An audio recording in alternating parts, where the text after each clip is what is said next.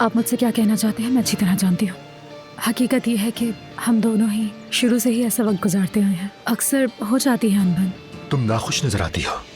तुम्हारी जैसी लड़की को ऐसे रिश्ते में रहने की जरूरत नहीं है जहां उसे मुजरिम की तरह चोरी छुपे जीना पड़े और अपने दिल की हर ख्वाहिश को मारना पड़े। अब तुम कहोगी कि मैं कितना जानता हूं कि तुम्हारे बारे में इतनी बातें कह रहा हूं। मैंने कहा था ना मैं अच्छा ऑब्जर्वर हूं। मैं बहुत कम गलत होता हूं। तुम नाजुक दिल की एक हसास लड़की हो।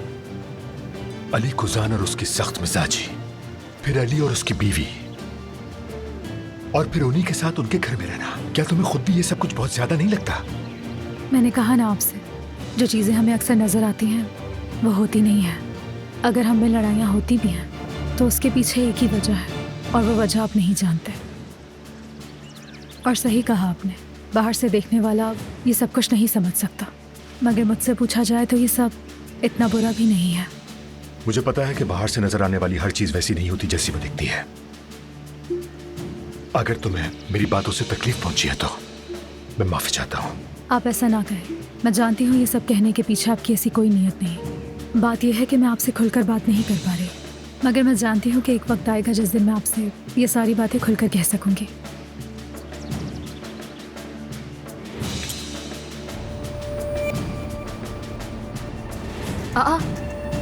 क्या हुआ, कोई मसला है क्या? देखो तो वो लोग रास्ते में रुके हुए हैं।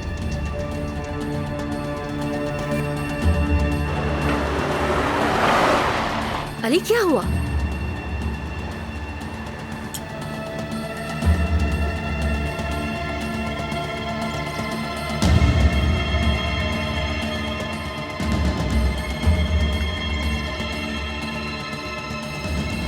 तुम ठीक हो?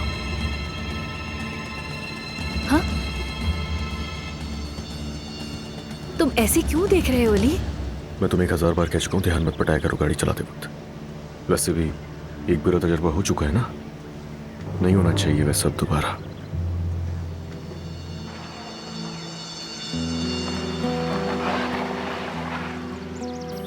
मैंने देखा है कि आप मेरे मामलात में दिलचस्पी ले रहे हैं। अगर आप बुरा ना माने तो वजह बताएं। दरअसल तुम उससे बहुत मिलती हो। तुम मुझे एक बहुत पुरानी याद दिलाती हो।